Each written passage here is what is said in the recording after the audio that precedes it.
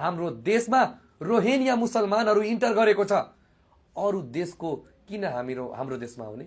हामी आफ्नो देशको त खुवाउन सकेको छैन, अरू देशको मान्छे आएर के गरिरहेछ यहाँ? देशलाई जुन तपभूमि, देवताको भूमि, जुन ऋषि मुनिको देश थियो, त्यो देश बनाउने हो। संसारको एकमात्र वैदिक सनातन हिन्दू राष्ट्र नेपाल बनाउने हो। संसारभरिका 150 करोड हिन्दूलाई नेपाल भित्राउने हो। अनि संसारभरिका 150 करोडको हिन्दूको भगवान विष्णुको अवतार श्री 5 बडा महाराजधिराज ज्ञानेन्द्र विक्रम शाहदेवज्यूलाई बनाउने हो। त्यसको लागि दमन होइन, गोली खान पनि तयार छौँ हामीहरू। करोडौं करोड राजा भन्दा त एउटा राजा ठिक छ नि। नेताहरूले जुन भ्रष्टाचारी गर्यो, जुन लुटतन्त्र मचाइयो, निर्दोष निर्मला पन्तको हत्या प्रकरण अहिले पनि छानबिन राम्रोसँग भएको छैन कि। यस्तो दर्जनौं हजारौं केसहरू त्यस्तै पेन्डिङमा छ। तपाईँ एउटा पार्टीको कार्यकर्ता हुनुहुन्छ भने एसपी अफिस भित्र छिरेर पनि आफ्नो काम भइहाल्छ। चाहे तपाईँ दोषी होस् त पनि केही फरक पर्दैन के। म भन्छु नेपालका जनता नै नमक हलाल हो। हाम्रो पृथ्वीनारायण शाहदेवज्यूले त्यो जमानामा कति कठिन, कति कष्ट, त्यो जमानामा बाटो पनि थिएन, कति दुःख पोखेर यो देश बनाउनु भएको थियो। तर उहाँको शालिगलाई तोड्नु कति लाजस्पद कुरा हो। त्यो नेपाली हो हामी। आफ्नै राष्ट्रपिताको धजिया उडाए, बेइज्जती गरे। कलेजहरूमा किन चाहियो चुनाव? हजारौं हजार नेताहरू बनाउने प्रयास थियो, झोले कार्यकर्ता पाल्नको लागि मात्रै हो नेताहरूले बनाएको यो विद्यार्थीको चुनावहरू। हाम्रो नेपाल देशले किन उन्नति प्रगति गरेन? एनालाइसिस गर्नु त। 3 महिनामा त हाम्रो गार्जियन फेरिन्छ, हाम्रो अभिभावक फेरिन्छ भने हाम्रो देश प्रगति गर्छ र? सबैलाई सत्तैको माया छ, जनताको माया छैन। त्यही भएर भन्न चाहन्छु नेपालको जनतालाई कि जनताको माया लाग्ने मान्छे चुन्नुहोस्। जुन कुरा मेरो पहिला नेपालीमा थियो त्यो अहिले छैन। मेरो आत्मा रोइरहेछ, मेरो देश रोइरहेछ, हाम्रो देवी देवता रुनु भइरह। अनि त्यसको विकल्प मैले भगवान विष्णुको अवतार मैले पाएँ, श्री 5 बडा महाराजधिराज ज्ञानेन्द्र विक्रम शाहदेवज्यू। हामी 96% थिए कि प्रदेश नम्बर 2 मा, तर मुस्लिम मुख्यमन्त्री बन्छ हाम्रो यता।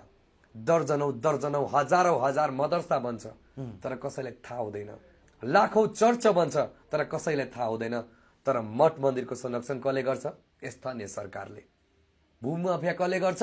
स्थानीय सरकारले। हाम्रो तराईमा पुरै रेडी छ। एकचोटि आदेश दियो भने त्यहाँ पुरै राजा त अहिले नै लगाइदियो भए पुग्छ।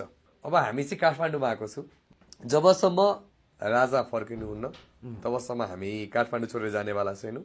नेपाली हामी रहौला कहाँ, नेपालै नरहे। सम्पूर्णमा नमस्कार। अहिले पछिल्लो चलिरहेको राजनीतिक विश्लेषक, विषयवस्तु अनि राजाको देश दौडा र अहिले गणतन्त्रवादीहरू आत्तिएको अवस्था, यिनै विषयमा कुराकानी गर्नका लागि हामीसँग हुनुहुन्छ हिन्दू सम्राट सेनाका केन्द्रीय उपाध्यक्ष कृष्ण यादव। स्वागत छ तपाईँलाई। धन्यवाद। आरामै हुनुहुन्छ? एकदमै आराम त नभनौँ, किनभने देशको स्थिति हेरेर अब मलाई सुत्न पनि सकिरहेन। यस्तो हाम्रो देशको अहिले जुन स्थिति देखिरहेको छु, जुन हाम्रो देश दिन प्रतिदिन एउटा पेटमा नजन्मेको बच्चा पनि 91,000 लोनमा छ भने म कसरी हाँस्न सक्छु? मेरो दोस्त रुइरह। त्यही त। अब तराईबाट एकाएक एउटा समूह नै बोकेर काठमाडौँ झर्नु भएको छ। खास के का लागि यहाँसम्म तपाईँहरूको उपस्थिति भयो?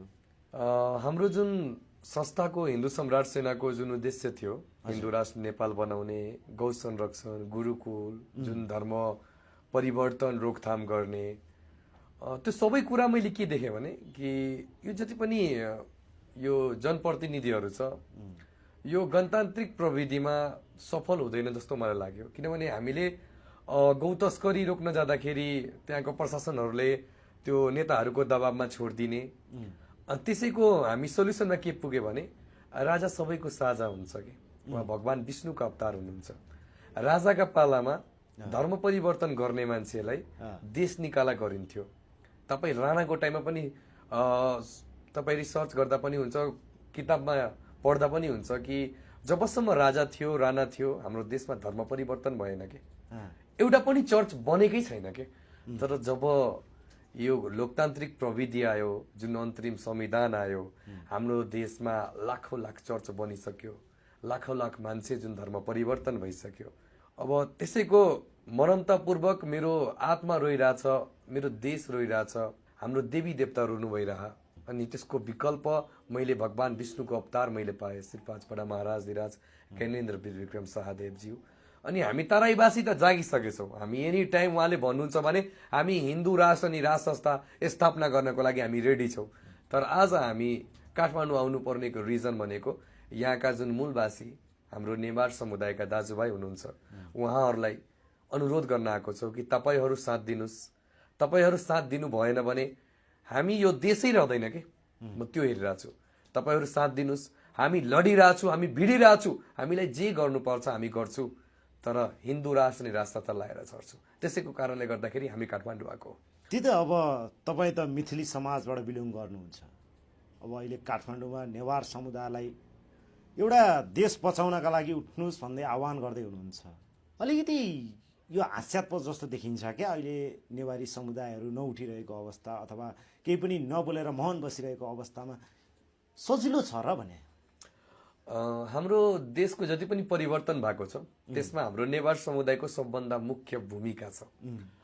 म मिथिलावासी जानकी माताको भाइ, हाम्रो संस्कृति हाम्रो कल्चर भलै फरक छ, हाम्रो फेस फरक छ के, तर उहाँ पनि कृष्ण भगवानले पुज्नुहुन्छ, हामी पनि कृष्णको वंशज नै हो।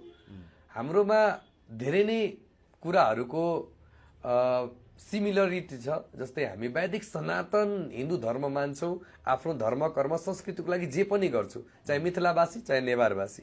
अनि नेवारवासीले के बिर्स्यो भने कि हामी यो देशको रक्षक छौँ भनेर बिर्स्नु भयो क्या उहाँहरू। जति पनि परिवर्तन भएको छ, काठमाडौँका जति पनि नेवार समुदाय छ उहाँहरू बाटोमा नआइकन यो परिवर्तनै भएको छैन। त्यही भएर हजुरहरूलाई एहसास दिलाउनको लागि म तपाईँको भाइ, तपाईँको छोरा, म कोही पनि होइन, ठुला बडा मान्छे होइन कि, एउटा नर्म निवेदन गर्न आएको हो कि तपाईँहरूको खाँचो यो देशलाई छ, तपाईँहरू साथ दिनुहोस्। हामी हिन्दू राष्ट्र बनाउनको लागि 4 वर्षदेखि हाम्रो हिन्दू सम्राट सेनाका सम्पूर्ण कार्यकर्ता जति पनि पिता परमेश्वरको कार्यक्रम 130 वटा चर्च पनि बन्द गरेको छ हामीहरूले। तर तपाईँहरूको ललितपुर, भक्तपुर, काठमाडौँमा दर्जनौं चर्च छ, सयौं हजारौं चर्च होला। तपाईँहरू के गरेर बस्नुभयो? अब आउनुहोस्, साथ दिनुहोस्। यो देशको हितको लागि अब राजा चाहिन्छ। त्यो राजाको लागि सनातन वैदिक सनातन हिन्दू राष्ट्रको लागि मलाई लाग्छ कि नेवार समुदाय धेरै आवश्यकता छ हाम्रो देशको लागि। होइन, अब तपाईँहरू त राष्ट्र स्थापना गर्ने, राजा फिर्काउने भन्दै काठमाडौँसम्म आउनुभएको छ। तर काठमाडौँमा रहनुभएका शीर्ष नेताहरू अनि गणतन्त्रका पिता भनेकाहरूले कोठे वार्ता गरेर तपाईँहरूलाई दमन गर्ने अथवा तपाईँहरूको बोल्ती बन्द गर्ने, राजालाई नजरबन्द गर्ने जस्ता रणनीतिहरू भित्री रूपमा भइरहेका छन्। देख्नुहुन्छ सक्सेस भइन्छ जस्तो लाग्छ? अब म एउटै कुरा भन्छु कि सत्यको जित हुन्छ। हाम्रो मर्यादा पुरुषोत्तम राम उहाँ हाम्रो पाहुन हुनुहुन्छ, हाम्रो जानकी माताको उहाँ हाम्रो पाहुन। मर्यादा पुरुषोत्तम रामले पनि जब दशरथ भगवानले उहाँलाई भन्दाखेरि कि 14 वर्ष वनवास काट भनेर, अनि 14 वर्ष उहाँले तपस्या गर्नुभयो। त्यसरी नै भगवान राम जस्तै हाम्रो श्रीपाज बाडा महाराज धिराज ज्ञानेन्द्र वीर विक्रम शाहदेवज्यूले पनि 18 वर्ष तपस्या गरे हो यो देशको हितको लागि, यो देशको शान्तिको लागि, यो देशको विकासको लागि। हामी 18 वर्ष धेरै कुराहरू देखे, जति पनि कल कारखानाहरू थियो सबै बन्द भइसक्यो।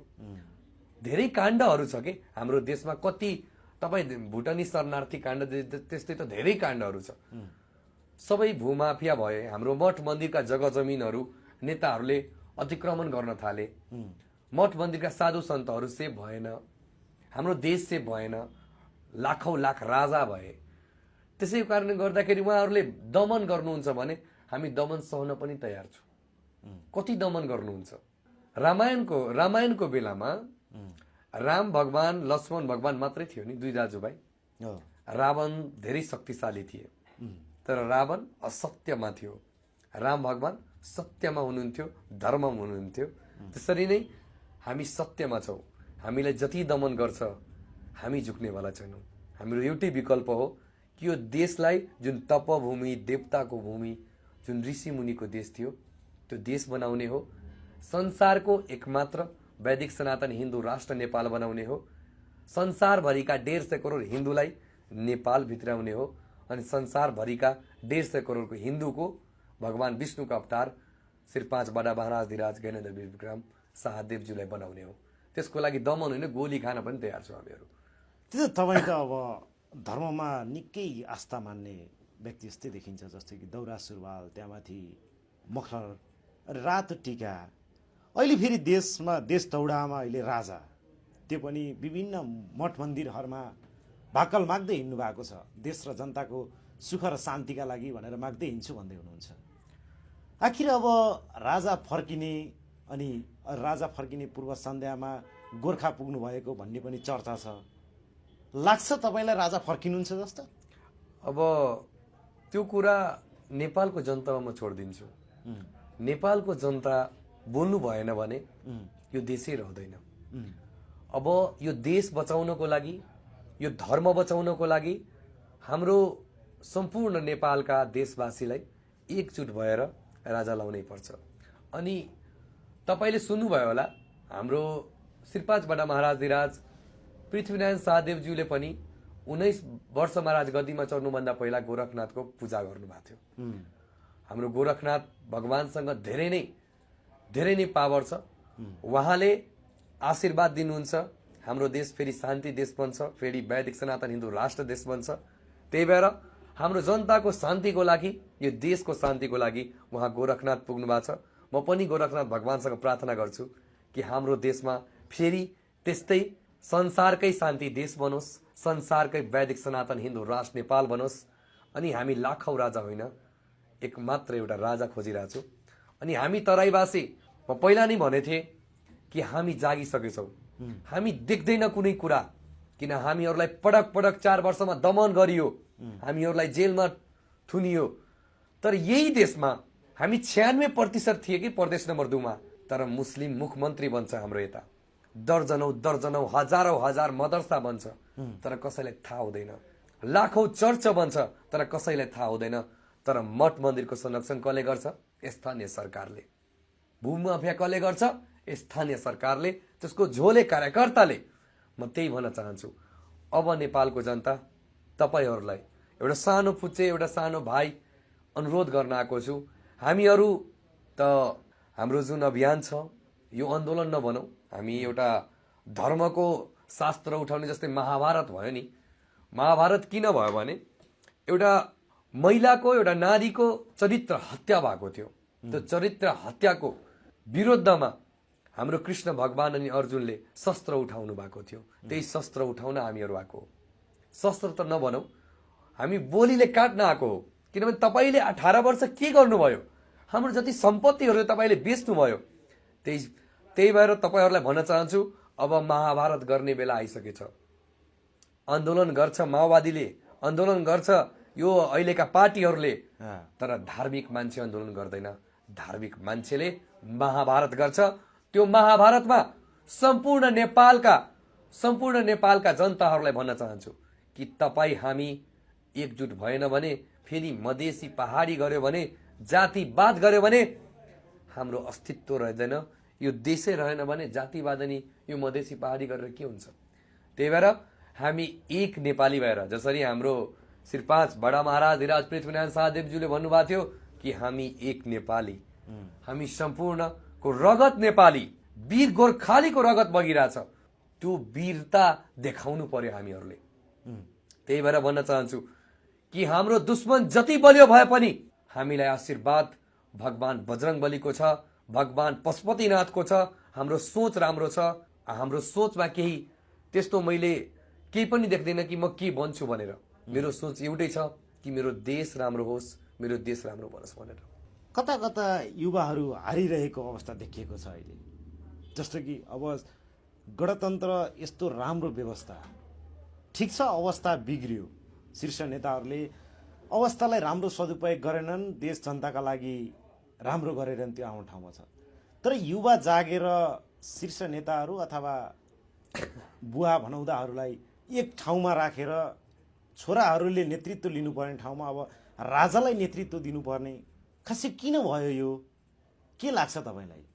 तपाईँले भन्नुभयो, धेरै राम्रो क्वेसन सोध्नुभयो तपाईँले। जस्तै गणतन्त्र आयो, ठिक छ, बोल्ने अधिकार पाए, स्वतन्त्रता पाए। तर मैले के देखेँ भने जब गणतन्त्र आयो नि, युवाहरू कि ड्रग एडिक्टमा कि खाडीमा, मैले त्यो मात्रै देखेँ कि युवामा न संस्कारहीन समाज भइसक्यो हाम्रो युवा। जुन पहिलाका युवा जुन राम थिए, छोरा राम छोरी सीता, तर अहिलेको तपाईँ कुनै छोरा राम जस्तो देख्नुहुन्छ? किनभने यो गणतन्त्र आएपछि पहिलो प्रतिकार तिनीहरूले गर्यो वैदिक सनातन हिन्दू धर्ममाथि। हाम्रो गुरुकुल प्रविधि हटाइयो, नैतिक शिक्षा हटाइयो, गुरुकुल प्रविधि हटाएर हाम्रो देशलाई संस्कारहीन, युवाहरूलाई संस्कारहीन बनाइयो, ड्रग एडिक्टमा धकेलियो कि मलाई प्रश्न नगरोस् भनेर। त्यसै कारणले गर्दाखेरि मलाई के लाग्यो भने कि करोडौं करोड राजा भन्दा त एउटा राजा ठिक छ नि। जस्तै जसको घरमा गार्जियन राम्रो छ भने त्यसको घर धेरै सभ्य हुन्छ, संस्कारी हुन्छ। गार्जियनले राम्रो संस्कार दिन्छ भने त्यसको छोराछोरी पनि राम्रो संस्कारमा हुन्छ। यहाँ के भयो भने हाम्रो जुन गार्जियन हुनुहुन्छ नि गणतान्त्रिक प्रविधिमा, हाम्रा देशका जुन गार्जियन, हाम्रो अभिभावक, उहाँ नै संस्कारहीन हुनुहुन्छ भने मलाई के संस्कार दिनुहुन्छ? किनभने जुन वैदिक सनातन हिन्दू राष्ट्र, संसारको एकमात्र देश, तर उहाँहरूले जुन दिनुपर्ने संस्कार दिनु भएन नि। त्यही भएर संस्कारहीन समाज हटाउनको लागि, गुरुको कुल प्रविधिको लागि, अनि यो देशमा फेरि मर्यादा पुरुषोत्तम राम जस्तो छोरा अनि सीता जस्तो छोरी जन्मको लागि हामी चाहिँ श्री 5 बडा महाराजधिराज ज्ञानेन्द्र वीर विक्रम शाहदेवज्यूलाई हामीले साथ दिएको हो कि उहाँ आएपछि हाम्रो देश फेरि त्यस्तै हुन्छ भन्ने मलाई लाग्छ। भनेपछि अब राजा फर्किँदैमा विदेशी नलागिएका युवाहरू फर्किन्छन् अथवा नेपालमै बस्छन्, विदेशीका युवाहरू देश फर्किन्छन्, हुन्छ र यस्तो भने? म त अब यसमा चाहिँ धेरै कुराहरू छ। जस्तै अब विदेशमा बसेकोलाई फर्किनु पर्ने म भन्दिनँ, मैले त्यसलाई उहाँहरूलाई सजेस्ट मात्रै गरेको हो। जो युवालाई देशप्रति माया हुन्छ नि, आफ्नो देशमा नुन रोटी पनि खाएर आफ्नो देशको लागि काम गर्छ। म त्यही भन्न चाहन्छु कि जति पनि युवाहरू हुनुहुन्छ, म त के भन्छु, म आफ्नो बारेमा भन्छु कि म जति सुकै परिस्थिति भए पनि म अरू देश जाँदिनँ। म त्यही भन्न चाहन्छु दादा कि तपाईँले सोधेको प्रश्न मलाई धेरै राम्रो लाग्यो कि म एउटा रिक्वेस्ट मात्रै गरिरहेको छु हाम्रो युवाहरूलाई कि जसलाई देशको माया हुन्छ नि, उसलाई यो लग्जरियस लाइफ चाहिँदैन के, एउटा कोठा भयो पुग्यो के, भात दाल तरकारी भयो पुग्यो के। त्यही भएर भन्न चाहन्छु कि तपाईँ युवाहरूलाई कि जसलाई देशको माया हुन्छ तपाईँ अवश्य आउनुहुन्छ। जसलाई देशकै माया छैन भने किन आउँछ र? आउँदैन। उसलाई जस्तो सुकै यो गणतन्त्र आओस् चाहे कुनै तन्त्र आओस्, उसलाई मतलब हुँदैन कि, उसलाई आफ्नोसँग मतलब हुन्छ। होइन, अब राजा फर्केपछि एउटा व्यवस्था सिर्जना हुन्छ अथवा राम्रो परिस्थिति सिर्जना हुन्छ भन्ने कुरा तपाईँले राखिरहँदा, अब राजा नै जादुको छडी होइनन्, परिवर्तन हुनु भनेको पनि उही आकाशको फल आँखातरी मर भने जस्तै हो भन्ने अहिले निकै चर्चाको विषय छ। यसलाई चाहिँ तपाईँहरूले कसरी पुष्टाउनुहुन्छ? अब जति पनि कल कारखानाहरू छ जुन बन्द भएको छ, राजा आएपछि म त विश्वास दिलाउन चाहन्छु कि हामी प्रयास गर्छौँ, हामी युवाहरू, कि फर्स्ट प्रायोरिटी चाहिँ के हुन्छ भने हरेक कुरा मेड इन नेपाल हुनु पर्यो।